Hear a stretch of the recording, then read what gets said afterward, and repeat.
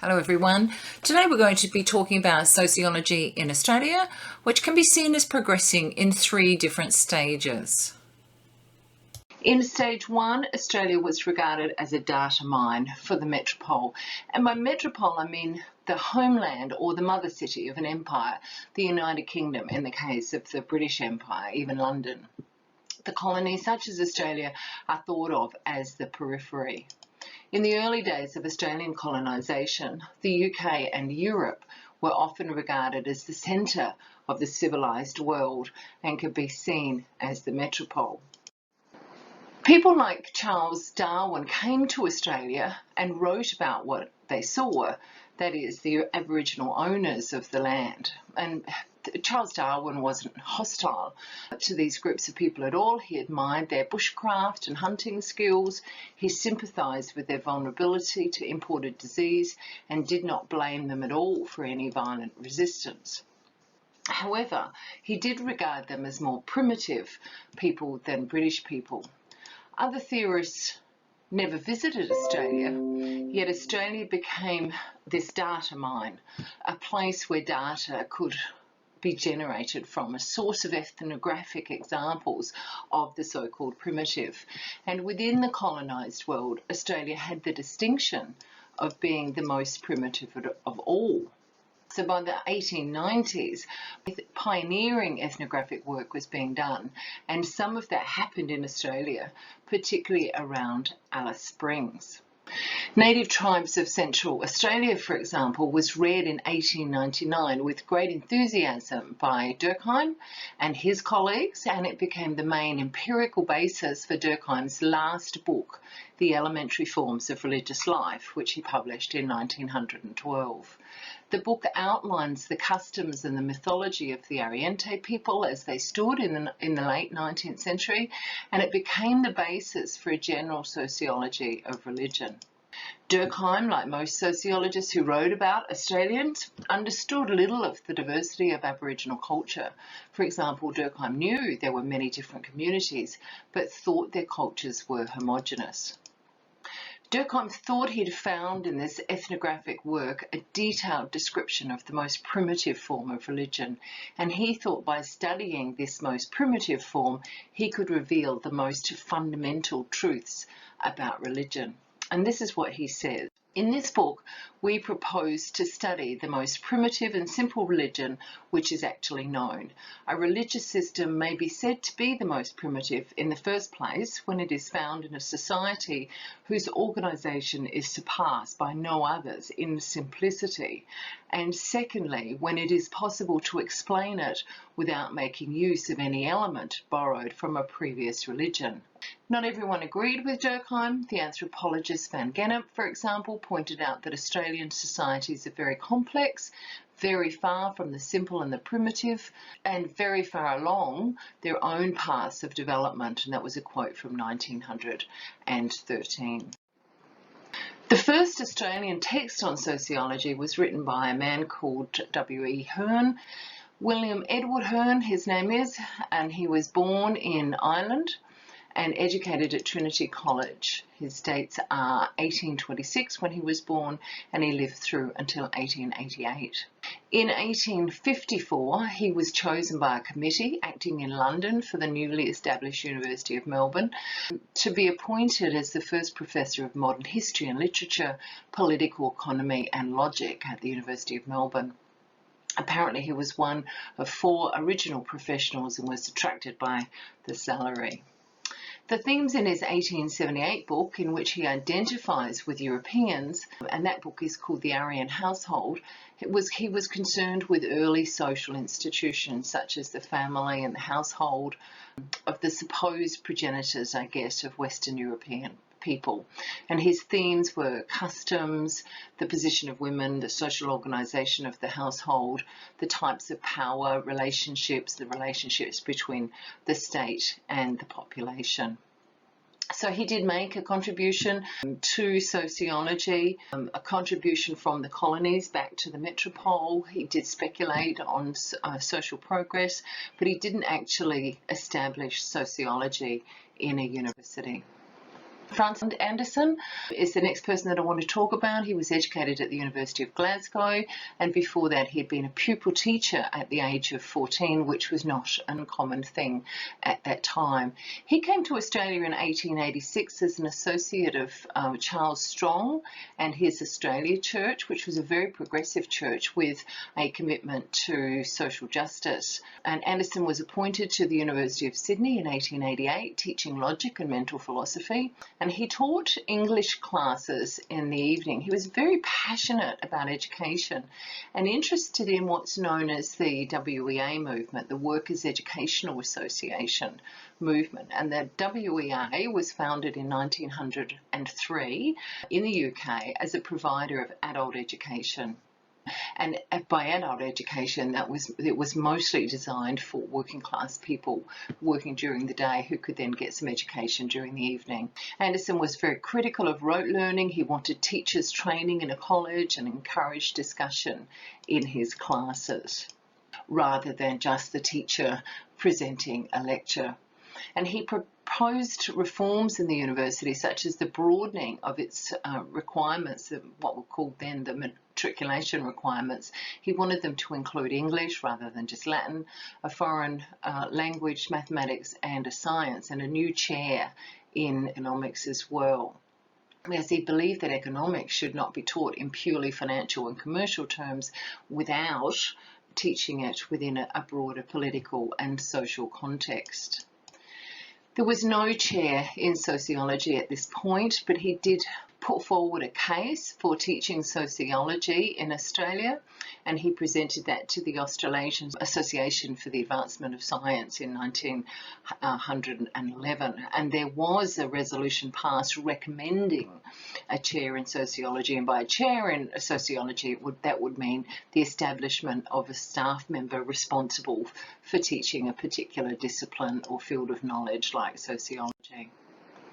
So sociology itself was first taught in Australia in 1914, but it was taught in these WEA classes. Remember what I said, the Workers' Education Association. So that was adult education. It was a commitment to widening education. So it was kind of night school for the working classes, established first in South Australia in 1914, and was an attempt to bring together working class organisations sitting outside the university and bring them together with university. And the first course was offered in 1917, I think, to 231 students, and they were all held at the University of Adelaide.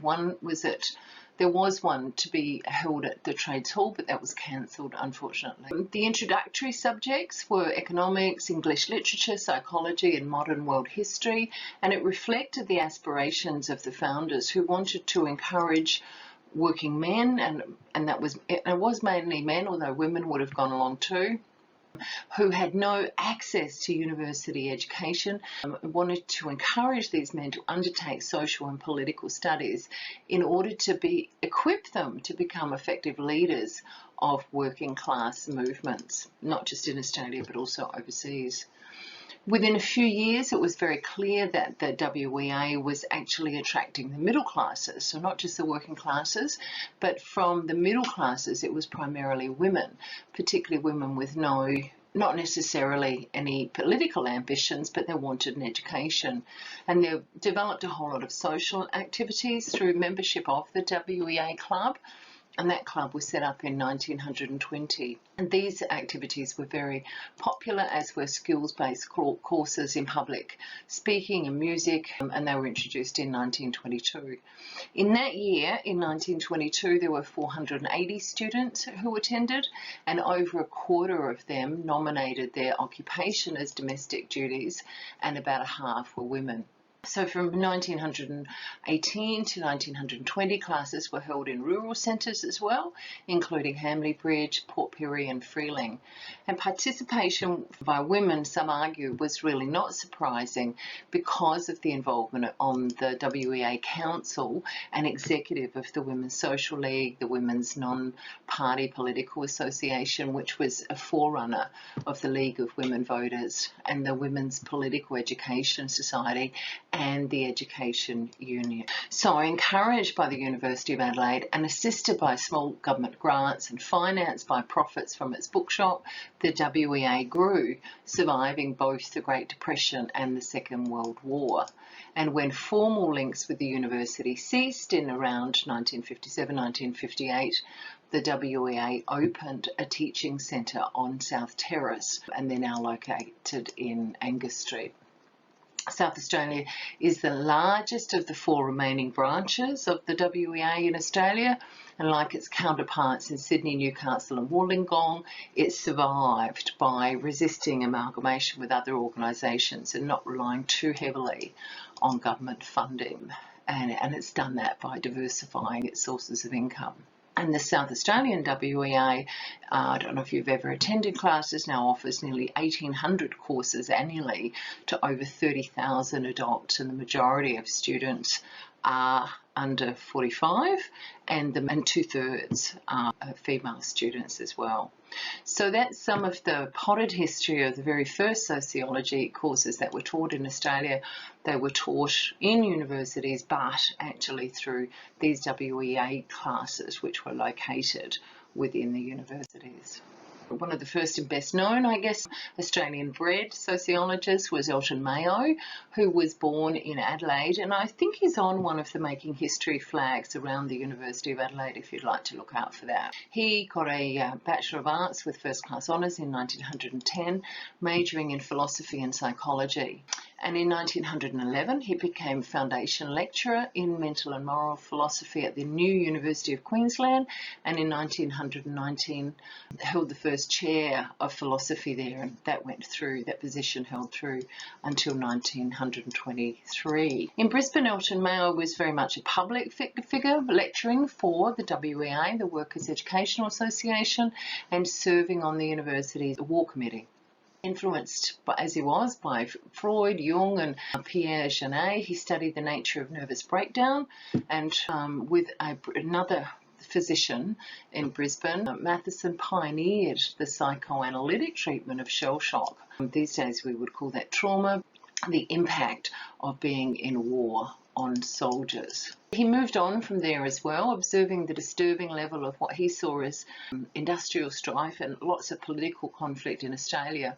He went on to formulate an analogy between war neurosis and the psychological causes of industrial unrest.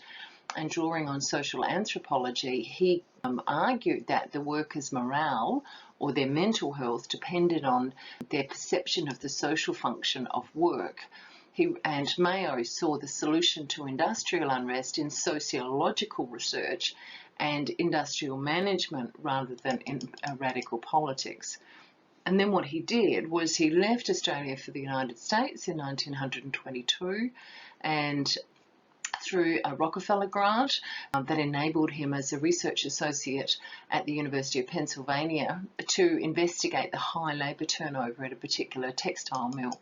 And this work attracted the attention of the Harvard School of Business, where he was appointed an associate professor in 1926 and then professor of industrial research in 1929. And there he joined and designed investigations into personal and social factors determining work output at another organisation, the Western Electric Company in Chicago.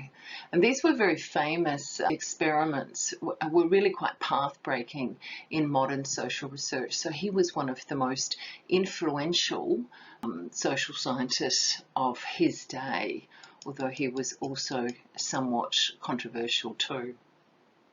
Another somewhat controversial figure was Oscar Oser, who was born in South Africa in 1904, and in 1946 he took up the Foundation Chair of Psychology at the University of Melbourne, and under his leadership the department quickly became one of the largest in the British Commonwealth.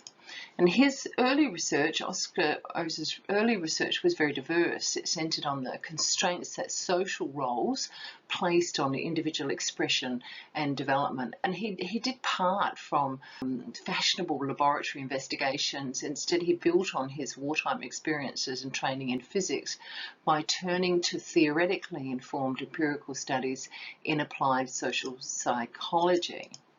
From 1948 to 1970, he and his colleagues, and they were supported by the government, by industry and by United Nations, they researched and published monographs on the social structure of urban and rural communities. They were interested in conflict in factory work, group dynamics in classrooms, and the limited roles available to farmers. They're also very interested in industrial relations, particularly at places like Broken Hill and the mines up there. And he produced 3 volumes called Social Structure and Personality. So he's very much interested in how society impacts on the individual. Roy Morgan, you will no doubt have heard about. He set up a research institute during the 1950s doing social surveys on the white community. And these surveys, the Gallup poll, which is still going, were reported in the press. They got noticed by politicians. And then they sort of formed the basis for a whole range of other surveys which began appearing. And they were both university and kind of welfare-based surveys describing specific social groups and their problems, for example, aged people in Victoria or the young in Sydney. Kind of around this point, Australia ceased to be a data mine, an economy exporting facts or imagined facts. Instead, most of the studies which were published in Australia were actually unknown in the metropole. So the tendency in Australia was to import methods and topics from the metropole, and by now that had shifted to not just being the United Kingdom, but also the United States would see as the kind of the centre of the empire as well, so that Australia became a branch office of metropolitan society. And the commonest sort of sociological research was really to examine a topic from overseas and add in Australia. So religion in Australia, for example, or social stratification in Australia, marriage in Australia, women in Australia, leadership in Australia, etc. So we're now kind of up to stage 2 of sociology in Australia. So there was no sociological theory being produced here. This was all imported.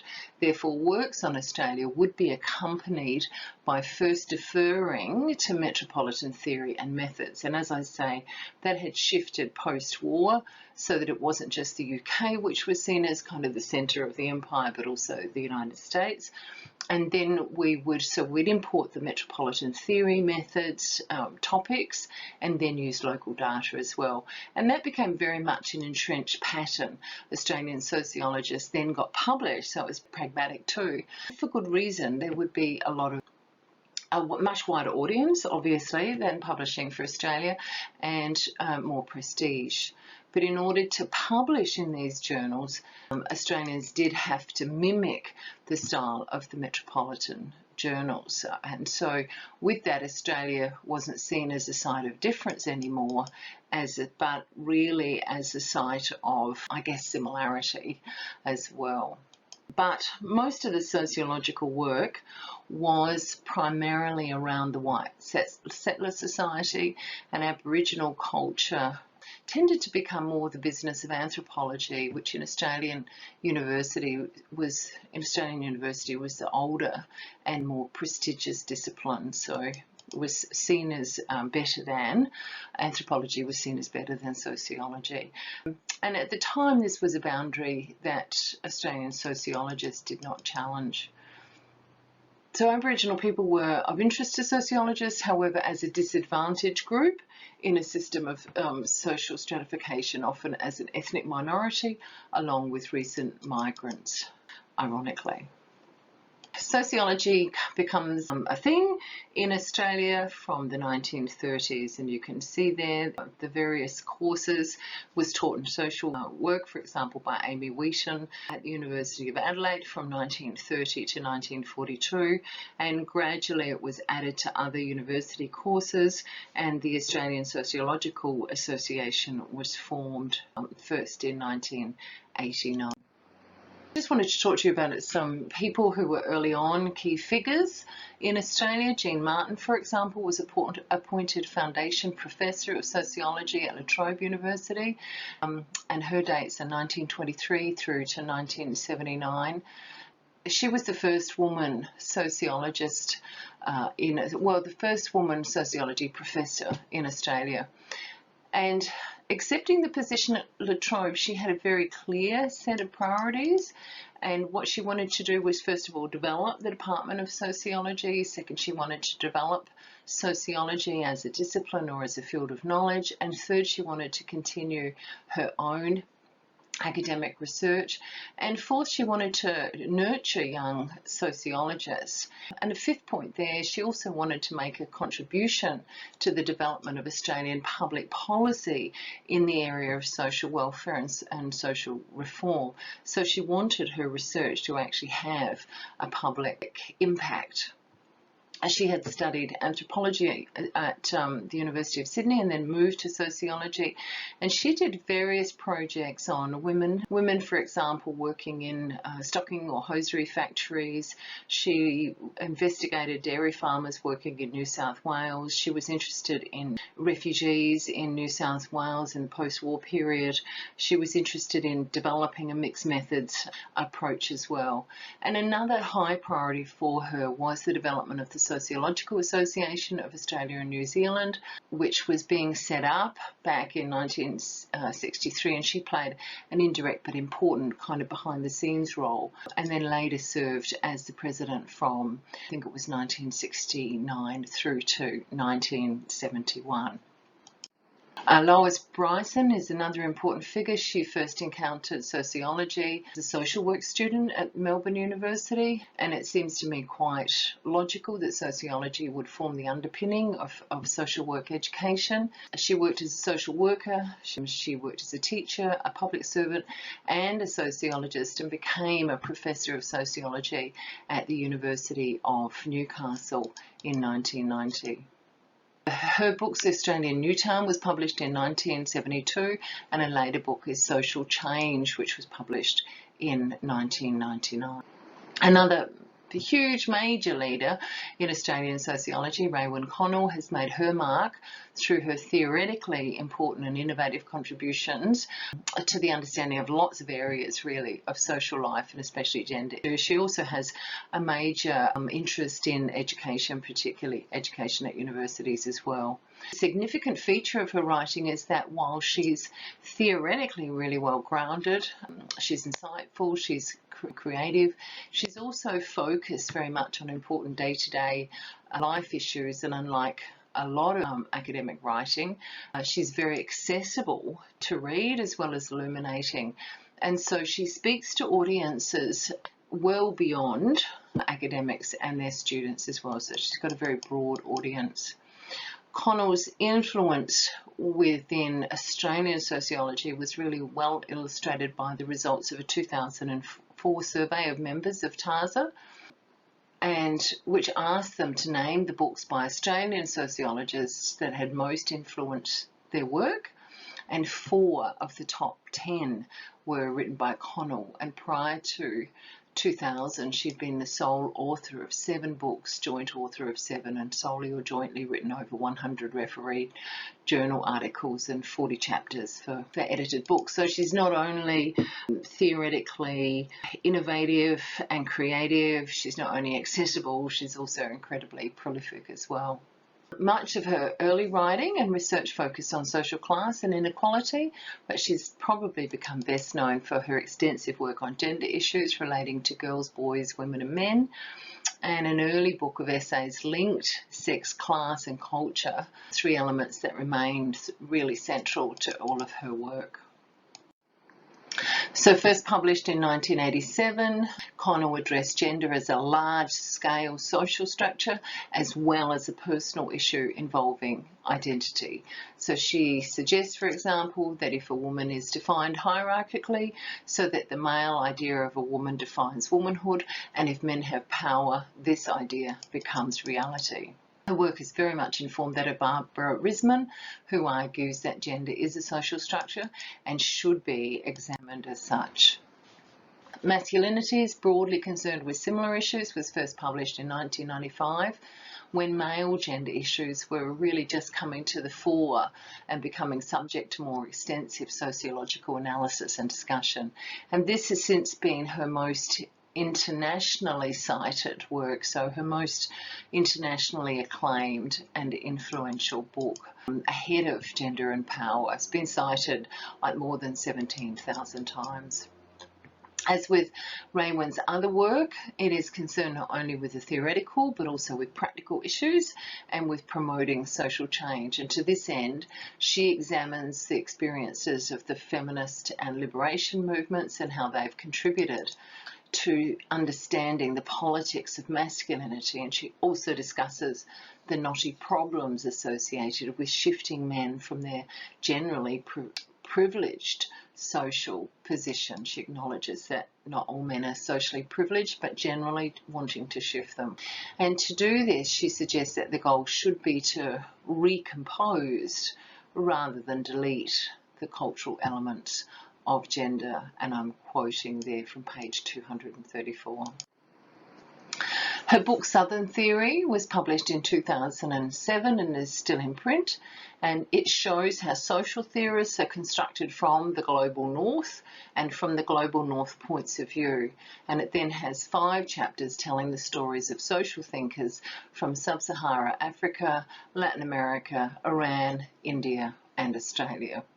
Sociology in Australia primarily continues on stage 2 path, where the metropolitan theory is hegemonic, and think about some of the theorists that we've been talking about this semester, and not just us talking about it in our class, but who are very popular across the university as well, particularly, 2 huge figures, for example, being Bourdieu and Foucault. These days, Australian sociologists are well respected in the metropole, and I've listed there a few: Claire Burton, John Braithwaite, Michael Pusey, Jack Barbalet, Pauline Johnson. So they have impacted on the back in the metropole of the global north, as Raewyn calls it as well. So stage 3, sociology in Australia is about new ways of doing things. And we do have a few examples. Sociologist Vivian Johnson, for example, used some Aboriginal social concepts for examining a new wave rock band called Radio Birdman, which unfortunately is now out of print. And then Sheila Bulbeck's important 1988 book asked the question about whether it is possible to have a united international feminism given different situations of women in different countries and resistance to the dominance of white Western feminism. One of my favourite Australian sociologists is Maggie Walter. She was awarded her PhD in sociology from the University of Tasmania in 2003, and she's still there at the University of Tasmania, but now she's a distinguished professor of sociology within the School of Social Sciences there. Maggie is a descendant of the Aboriginal people in northeastern Tasmania, and she talks about how with her research her focus has been, and I quote, to disrupt through empirical and theoretically linked research the often pernicious assumptions that underpin how Indigenous people are represented. She goes on to say, as one of the few quantitative Indigenous researchers in Australia, her research has sought to challenge the established practices of Indigenous statistics, which continuously focus on deficit indicators. What she wants to do, she says, is demonstrate that the disparate position of Aboriginal and Torres Strait Islanders people in Australia is founded on long-term structural inequality rather than Indigenous inadequacy. And we cannot close the gap, she says, until those structural issues such as social and political marginalisation, racism and paternalism are addressed. Rather than listen to me anymore, let's now listen to Associate Professor Kathleen Butler from the University of Newcastle. She is an Aboriginal woman belonging to the Bundjalung and Warrami peoples of coastal New South Wales, and this is a talk that she gave back in 2016 about doing Indigenous sociology for social impact. I'm Kath Butler. I'm Associate Professor in Aboriginal Education and Research in the Pro-Vice Chancellor Indigenous Education and Research Unit at the University of Newcastle. Through my Office of Learning and Teaching National Fellowship, I had the opportunity to really examine the discourse of sociology in Australia. And one of the things which I saw very strongly was that the majority of the teaching of Indigenous issues in sociology is done by non-Indigenous people. So I wanted very clearly to have non-Indigenous people involved. But one of the other things which I see is that a lot of that teaching, particularly tutorials, which is where students are engaged in debate with each other and with their tutor, are also undertaken by a lot of casual staff. And I think that the burden that is carried by casual staff to try and implement innovative curriculum while they're unsure whether or not they're going to be employed for more than a semester is one that we really need to address as well. So I wanted to make sure that I had casual staff represented. Then I also wanted to make sure that we did think about Indigenous ways of knowing and approaching the situation. So I also had Karen Menzies and got her to give quite a lengthy presentation on her work on the nature of trauma, because trauma is clearly a concept that underlies a lot of Indigenous experiences from the nation state to the everyday and the individual experience. So those were, I suppose, from the university level, the kind of people that I wanted to have involved. But then also, people who could be applied sociologists, because, of course, sociology doesn't just exist in the academy. And also having people who were not necessarily Australian born or who brought different lenses to that. So having people who were migrants or the children of migrants and the amazing perspective that they brought. So, for instance, there was a Palestinian Australian academic who brought a really interesting perspective on being marginalised and being oppressed and the kind of relationships that he could see between Aboriginal Australians and Palestinian Australians. So that was, I suppose, the foundational idea that we try and reflect what was actually happening in the sector rather than trying to promote something which was overly idealistic. Let's go with what actually exists and a representation of that. In using the talking circle, I think we were trying to draw out what it is that is important to those different groups within the sector. So it's one thing to go in with a set of set questions, but you're already setting the parameters of the answers. When you go in a talking circle, you're actually discovering what it is that people find interesting. You also, in a sense, it's, I suppose, the research equivalent of free falling before the parachute takes, because you never know where the discussion is going to go. And quite often it is a discussion that's very much initially about people's own particular circumstances. But what that also does is to build up a sense of trust and sharing between the participants that you don't get in that traditional kind of, well, here's your set question. So it certainly has both negative and positive aspects, but overall I think it allows people the opportunity, which the academy often doesn't give, for open discussion. We say it's open, but in fact a lot of the time it's very clearly prescribed. The big lesson, I think, was that if we, to return to that notion of casualisation, if we do want people to put in their heart and soul, and that is what they're doing, they are teaching for social justice and they are doing that as a personal passion. I don't think that we have yet found the way institutionally to recognise that. We haven't found the way in things like workload. We certainly haven't found the way in things like permanency and tenure.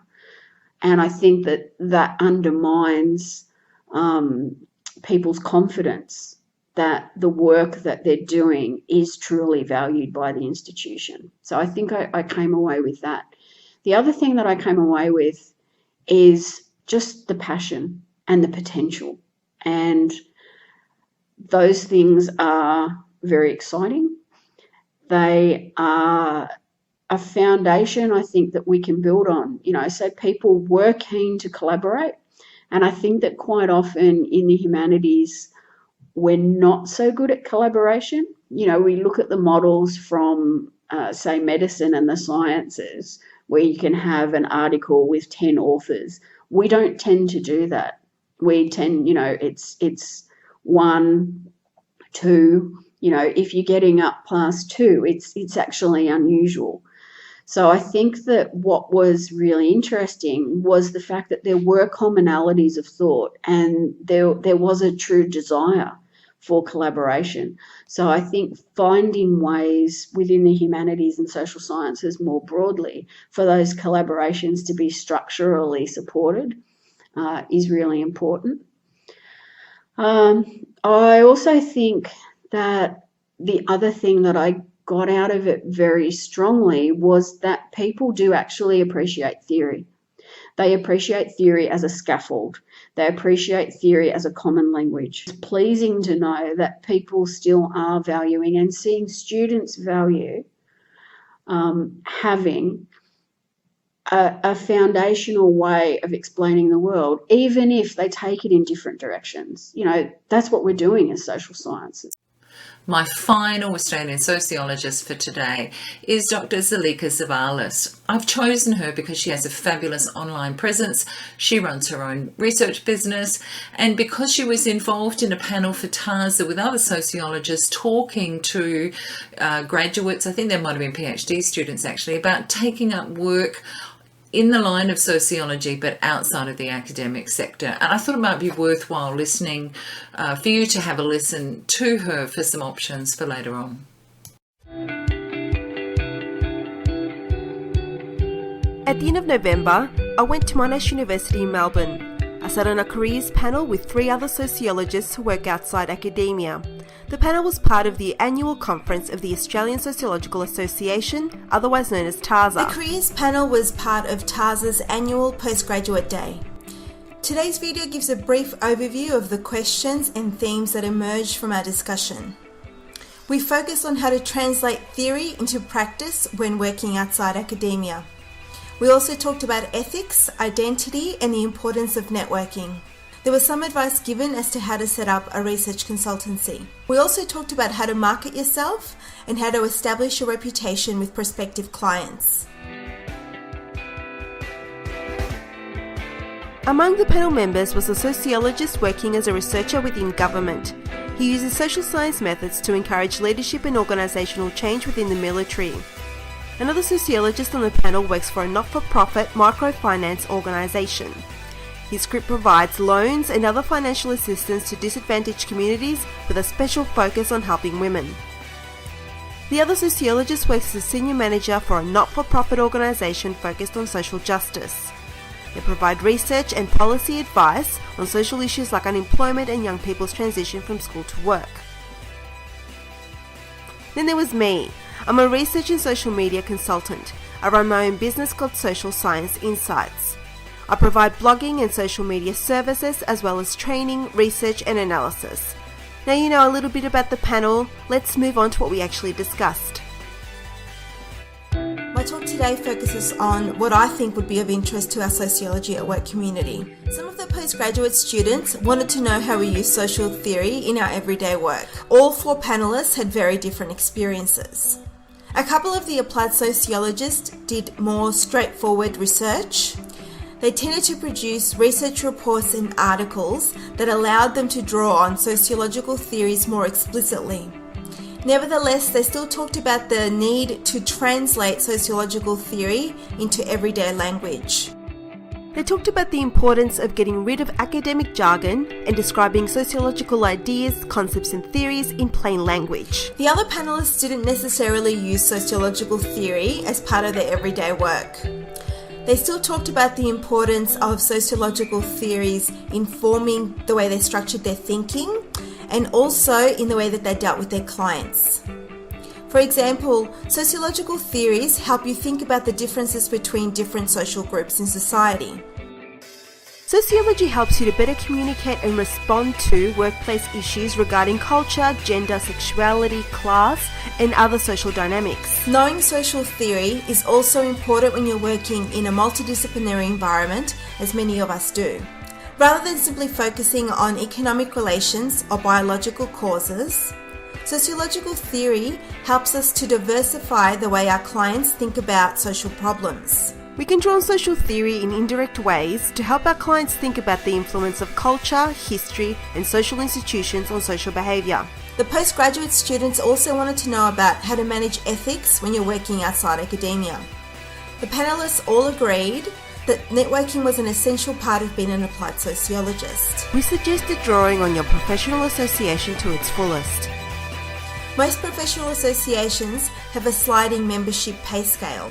Most associations have student rates, and TASA also offers an option for low-income earners. Most sociology associations will have a research committee focused on sociology outside academia. For us in TASA, it's the Applied Sociology Thematic Group. Applied Sociology groups provide an invaluable way for you to network. Another option for practitioners is to get an adjunct position within your nearest university. You could also try getting an adjunct position in the university where you carried out your studies. This is a really good option, particularly if you've kept up a good relationship with your former supervisors. I'm an adjunct research fellow with Swinburne University. That's also where I did my undergrad and postgraduate studies, and I also used to teach and work there as a research assistant. Being an adjunct gives you access to the university library as well as other online resources. It's also a great way of keeping in touch with the activities of other researchers. You'll get updates on internal workshops, papers being published, as well as information on other events like public lectures. An adjunct position usually means that you'll have to produce a certain number of peer-reviewed publications. Otherwise, you might be asked to become an external supervisor for a PhD or honours student. This usually means providing specialist feedback or an industry perspective on ongoing drafts. Being an adjunct might also give you access to the University Ethics Board. You'll be connected to a broader group of sociologists who can give you advice about ethics and other professional issues. I also talked about Sociology at Work as a resource for networking. Check out our website, sociologyatwork.org. There's also links to our blog and our social media profiles in the description box. The postgraduates were keen to know how to manage their professional identity outside academia. Some of the panellists had very positive experiences. Others had faced challenges in trying to fight for the sociological perspective in their workplace. For some panellists, myself included, keeping up with the sociological literature was one way to feel connected to sociology. I've also found blogs and social media a useful way to feel connected to other sociologists. For a couple of panellists, professional identity was no longer an issue. In the words of one panellist, I learned to get over myself. This person had simply accepted that sociology was going to be a minority view within their organisation. They'd learned to let go of other people's misconceptions about sociology. They chose instead to focus on the strengths of sociology, like the way our studies help us place individual troubles into a broader cultural and historical context. This helps us to see societal patterns where others only see isolated incidents. There were a couple of postgraduates who were keen to know how they might set up a research consultancy. I've been clipping a lot of the articles that helped me when I was thinking about setting up my business. This is a work in progress, but I'll include a link in the description box so you can follow some of the resources that helped me. I also suggested doing a short business course focusing on the areas where you feel most anxious. I did a Certificate 3 in Micro Business Management. The course focused on the financial and legal responsibilities of running a business. After finishing a postgraduate degree, doing another round of study is probably the furthest thing from your mind. I know I wasn't keen, but at the same time I would highly recommend doing a business course focusing on your weaknesses or your gaps in knowledge. The postgraduates also asked questions about how to manage your professional reputation. I talked about the importance of establishing a connection with your clients using blogging and social media. If consultancy is something that interests you, you should try and establish a social media profile well in advance of launching a business. Write blog and social media posts that speak to the types of issues that your clients will be interested in. Remember that the public doesn't have access to most peer-reviewed articles or to other academic textbooks. If you're blogging and using social media, you make yourself more available to the public. If the public can read your work, they might be more willing to trust your expertise. Writing online is a really useful way of practicing how to become an applied sociologist. Remember to write in easy-to-understand language that's going to speak to your specific target audience. In most cases, this means presenting research and analysis as well as giving advice in under 500 words. You can form a connection with your future clients using social media, and you can see what interests them and what's important to their everyday lives. This will help you shape your practice and the services you'll deliver in the future. There aren't a lot of research jobs that simply advertise for sociologists, and secure academic positions are becoming rare. You have to be creative when you think about your career. My advice to you is to keep your options open. If you're an undergraduate student, consider doing your postgraduate studies at a different university. That way, you'll diversify your networking options. You'll also get an insight into different academic systems. I actually attended the first ever postgraduate day within TASA. I've previously returned to speak to students back when I was still working as a government researcher. One thing that strikes me is how different my careers turned out than what I imagined as a student. Many amazing and unusual career opportunities came up once I stepped off the academic track. I've worked with an interdisciplinary team within government. My job involved long and short-term research projects on issues like immigration, community development, intercultural communication, media and political analysis. I've also contributed to social models, including mathematical and statistical models, as well as computer simulations. I've developed conceptual frameworks for databases, analysis tools, and other software. After I left that job, I became a private contractor. I worked as a senior analyst, leading a team of researchers on an environmental health and safety investigation. Now I work with business clients in different fields. All of these jobs have been possible because the sociological imagination has no boundaries. Hopefully my reflection on the TASA Postgraduate Day Careers panel has been useful. If you're a student in Australia, I recommend you attend this year's postgraduate workshop. TASA offers scholarships for postgraduates as well as for sociologists working outside academia. If you live in other countries, find out what your local sociological association is doing to help postgrads and applied sociologists attend your next conference. If you're a student and you're still wondering how to establish your applied sociological career, make sure you leave your questions in the comments section below. If you're a practitioner already working outside academia, please share with us your insights and experiences also in the comments below. Please also write your suggestions about what you'd like to see on a YouTube channel. Until next time, colleagues, enjoy your work.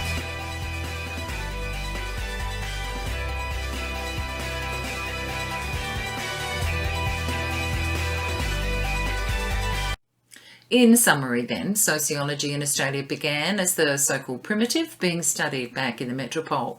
From the 1950s, sociology in Australia added Australian data to metropolitan theory and methods, but from the 1980s there's been much more sensitivity to recognising the hegemony of the global north. And I've also finished up by introducing you to some contemporary Australian sociologists who are challenging mainstream sociology, particularly in the way in which we do sociology with Aboriginal and Torres Strait Islanders people. Thank you for listening.